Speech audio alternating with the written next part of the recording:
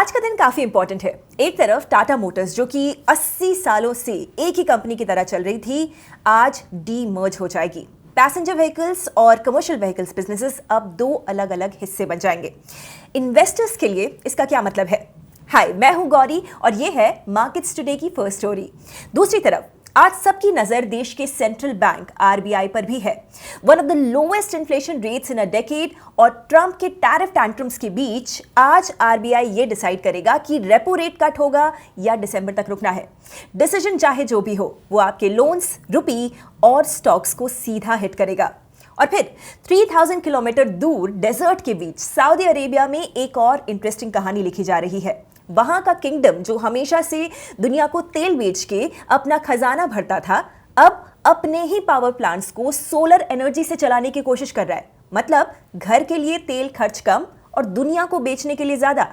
अगर उनका ये प्लान कामयाब होता है तो ग्लोबल ऑयल मार्केट का पूरा इक्वेशन हिल सकता है। तो चलिए शुरू करते हैं।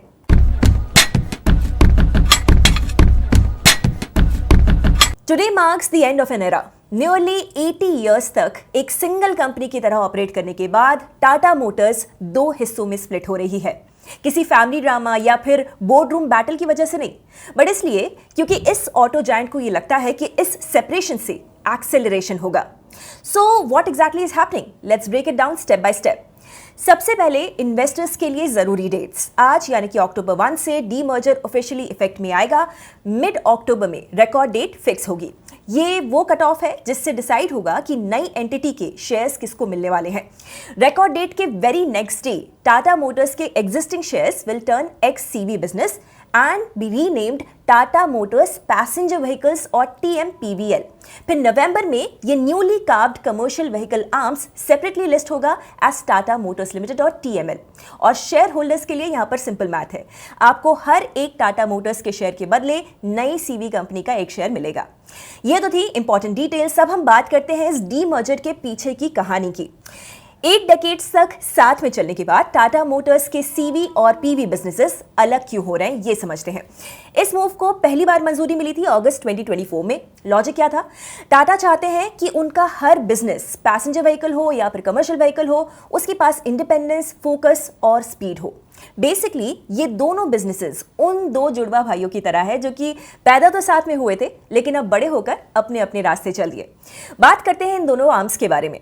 पीवी आर्म जो कि जल्द ही TMPVL कहलाएगा का एक क्लियर नॉर्थ स्टार है इलेक्ट्रिक व्हीकल्स, EVs। आज टाटा पैसेंजर के वॉल्यूम्स में 13 to 15% हिस्सा EVs का है। अब गोल है कि इसे 2030 तक 30% तक पुश किया जाए, लेकिन ये इतना आसान नहीं होने वाला।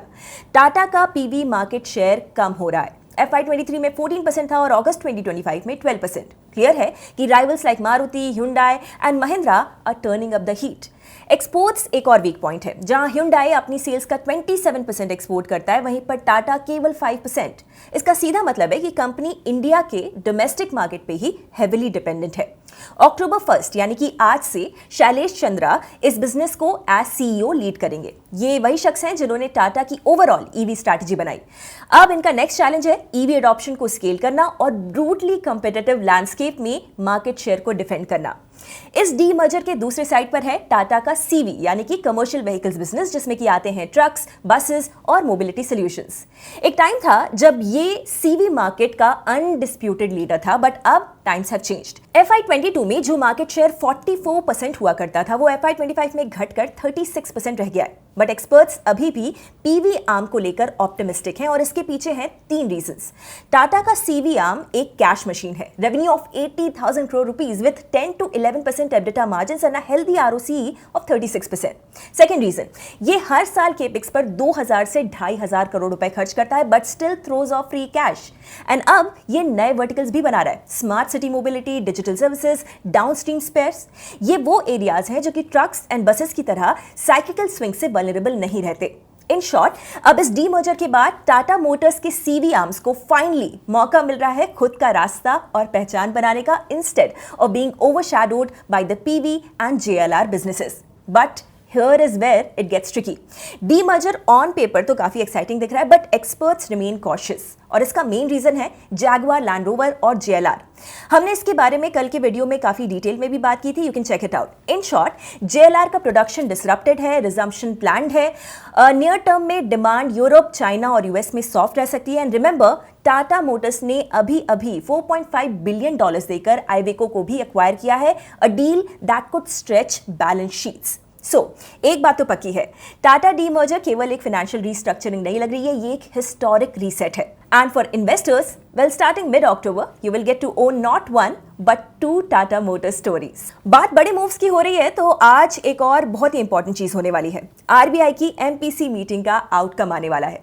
क्या आरबीआई आज इस साल का सबसे कंट्रोवर्शियल डिसीजन लेने वाला है? महंगाई 10 सालों के लोएस्ट बैंड में है, ट्रम्प के टैरिफ ने सर्टेन सेक्टर्स के एक्सपोर्ट्स को हिट किया है, और आज आरबीआई का डिसीजन आपके स्टॉक्स, आपकी ईएमआईज, आपके वॉलेट में रखे हुए रुपए की किस्मत डिसाइड कर सकता है। Let's break down what is happening and why markets are calling this policy meeting a make or break moment.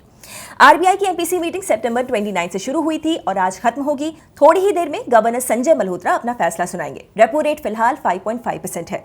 Now here is what to expect. Bloomberg की एक रिपोर्ट के अकॉर्डिंग 38 में से 24 इकोनॉमिस्ट इस बार रेट कट पॉज एक्सपेक्ट कर रहे हैं, पर 14 इकोनॉमिस्ट को यह लगता है कि आरबीआई फिर से रेट कट करेगा। जो पॉज प्रिडिक्ट कर रहे हैं वो ये मान रहे हैं कि रेट कट करने के लिए आरबीआई के पास इस बार इनफ जस्टिफिकेशन नहीं है, पर बाकियों के पास कुछ सॉलिड रीजंस हैं। एक साइड ग्रोथ से जुड़े कंसर्न्स हैं। इंडियन एक्सपोर्ट्स पर यूएस टैरिफ्स जीडीपी ग्रोथ का 1% शेव ऑफ कर सकते हैं according to IDFC first. Domestic demand वैसे ही स्लो है। फेस्टिव सीजन से पहले ऑटो सेल्स भी वीक लग रही थी, और एक्सपोर्ट्स के नुकसान के बारे में तो आपको अभी तक पता ही चल गया होगा। On the other side, inflation record loss पर है। अगस्त सीपीआई 2.07% पर था, और जीएसटी कट्स के बाद अक्टूबर CPI could fall to 1.1%, the lowest since 2004 as per SBI research. Remember, inflation को लेकर आरबीआई का टारगेट बैंड अराउंड 2 to 6% है। So number wise we are at the bottom edge. मतलब इकोनॉमी थोड़ी स्लो है, प्राइसेस कूल ऑफ हो रहे हैं। It is a textbook case for a rate cut, right? Not really. RBI governor Malhotra cautious रह सकते हैं, और इसके पीछे 2 बड़े रीजंस हैं। रुपी रिकॉर्ड लो हिट कर रहा है, अगर रेट कट हुए तो कमजोरी और बढ़ सकती है। At the same time global yields भी बढ़ रहे हैं। बेसिकली इसीलिए ज्यादातर एक्सपर्ट्स इस बार रेट कट एक्सपेक्ट नहीं कर रहे हैं। हाँ, दिसंबर में कट के स्ट्रॉन्ग चांसेस है once festive season demand and tariff impacts are clearer. चलिए अब इस पूरे के पूरे एनालिसिस को आपके लिए एक्शनेबल बना देते हैं और यूजफुल बना देते हैं। अगर आप इक्विटी इन्वेस्टर हैं तो याद रखिए, रेट कट या नो कट की न्यूज पर सबसे ज्यादा बैंक्स और एनबीएफसीज रिएक्ट करते हैं। रेट कट्स क्रेडिट ग्रोथ को इंप्रूव करते हैं, बट पॉज शॉर्ट टर्म में डिसअपॉइंट कर सकता है। Yes, if RBI tolerates a weaker rupee and opt for a rate cut, then export heavy companies को फायदा हो सकता है।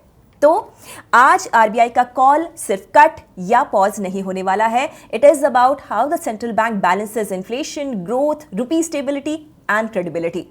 क्या गवर्नर मल्होत्रा आज ट्रिगर पुल करेंगे या फिर दिसंबर का वेट करेंगे? Either way, this policy set to be the tightrope walk of the year. आपने अक्सर हॉरर मूवीज में एक ट्विस्ट देखा होगा, the call is coming from inside the house. Well, ऐसा ही कुछ इंटरेस्टिंग ग्लोबल ऑयल मार्केट में भी हो रहा है।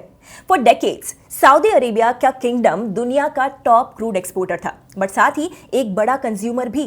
Saudi 2.3 million barrels per day burn करता है, mostly just to keep the lights and ACs on in its desert cities. इतना ऑयल तो अकेले इंडिया का पूरा 2-व्हीलर फ्लीट कंज्यूम करता है। Traditionally, this made Saudi both the biggest supplier and one of the fastest growing consumers of oil. But अब कहानी change हो रही है। अब सऊदी के पास एक नया प्लान है। सारे ऑयल फायर्ड पावर प्लांट्स को रिन्यूएबल से रिप्लेस कर दिया जाए, mainly solar. By 2030, Riyadh wants 130 gigawatt of green power, almost equal to India's entire solar capacity today. But renewables का नाम सुन के आप इसे भी एक क्लाइमेट पीआर समझने की गलती मत कीजिएगा। हर एक क्रूड बैरल जो सऊदी घर में बचाता है, उसे वो एक्सपोर्ट कर सकता है। इसे ऐसे देखिए, नए वेल्स ड्रिल करने के बजाय सऊदी अब डोमेस्टिक यूज को कम करके ऑयल को क्रिएट कर रहा है। Saudi Aramco's chief literally said that power plants में ऑयल रिप्लेस करके एक्सपोर्ट्स बूस्ट करना is as effective as drilling extra wells. पर आपको पता है, सऊदी एक्चुअली इनफेमस रहा है अपने हाफ बेक्ड मेगा प्रोजेक्ट्स के लिए। तो स्केप्टिक्स को ये लगता है कि 130 गीगावाट सोलर ड्रीम का हाल भी हो सकता है ऐसे ही कुछ हो। But here is the shocker, execution is actually happening. अकेले 2024 में सऊदी के एनर्जी जायंट ACWA पावर ने 4.9 गीगावाट ऑफ सोलर लॉन्च किया, with another 5 gigawatt coming by next year. It also inked deals for another 15 gigawatt by 2028. और 2030 तक ACW alone could replace all the oil Saudi used in its grid last year. मतलब कि Saudi का oil पर dependence कम करने का plan कोई drawing board fantasy नहीं लग रहा है। इसके लिए कैपिटल रेज भी हो चुका है और टाइमलाइंस भी सेट हो चुकी है। अब आप सोचेंगे कि भाई सऊदी को अपने तेल के साथ जो भी करना है करे, इससे हमें क्या। अगर सऊदी वाकई 2030 तक अपने ग्रिड से ऑयल को रिमूव कर देता है तो ग्लोबल मार्केट में सप्लाई ग्लट यानी कि एक्सेसिव सप्लाई की सिचुएशन क्रिएट हो सकती है। थिंक अबाउट इट, वर्ल्ड का largest exporter millions of extra barrels को फ्री कर देगा एक्सपोर्ट मार्केट के लिए, और ये एक ऐसे टाइम पे होगा जब पहले से ही ईवीज की वजह से ओवर सप्लाई का डर बढ़ रहा है। तो ऑयल बुल्स के लिए ये किसी नाइटमेयर से कम नहीं होने वाला। प्राइसेस पर लॉन्ग टर्म डाउनवर्ड प्रेशर बन सकता है। अब स्पेसिफिकली हम इंडिया पर इंपैक्ट की बात करते हैं। हम दुनिया के सबसे बड़े ऑयल इंपोर्टर्स में से एक हैं। लोअर क्रूड प्राइसेस से स्ट्रक्चरली इंडिया को फायदा हो सकता है। यह हमारे ट्रेड डेफिसिट, इन्फ्लेशन और रुपी स्टेबिलिटी तीनों के लिए काफी अच्छी खबर है। But Indian upstream oil producers जैसे कि ONGC and oil India etcetera के लिए ये एक लॉन्ग टर्म हेडविंड बन सकता है। On the other hand refiners और फ्यूल रिटेलर्स जैसे कि Reliance, IOC, BPCL etcetera cheaper crude feed stock से बेनिफिट उठा सकते हैं। तो अगर आप एनर्जी ट्रेडर हैं तो अब से सऊदी के रिन्यूएबल रोल आउट पर खास नजर बना के रखिए, जितना कि आप ओपेक मीटिंग्स पर रखते हैं। इक्विटी इन्वेस्टर्स इसका इंपैक्ट लॉन्ग टर्म में ऑयल रिलेटेड स्टॉक्स और ऑयल कंज्यूमिंग सेक्टर्स जैसे कि ऑटोज, एयरलाइंस, केमिकल्स पर एक्सपेक्ट कर सकते हैं। That's it for today। एक तरफ टाटा मोटर्स अपने लिए 2 नए रास्ते खोल रहा है, दूसरी तरफ RBI ग्रोथ और रुपी स्टेबिलिटी के बीच टाइट रोप वॉक कर रहा है, और सऊदी क्वाइटली ऑयल मार्केट की कहानी को रीराइट करने की कोशिश कर रहा है। इन्वेस्टर्स के लिए इसका सीधा मतलब यह है कि कल के विनर्स और कल की स्ट्रैटेजीज शायद आज काम ना करें। यानी अगर आपको मार्केट का अगला चैप्टर समझना है ना, तो आपको हर एक रीसेट पर नजर रखनी होगी। कमेंट्स में बताइए कि आपको कौन सी स्टोरी सबसे ज्यादा पसंद आई। And for more deep dives daily, subscribe Upstox. Investment in securities market are subject to market risks. Read all the related documents carefully before investing.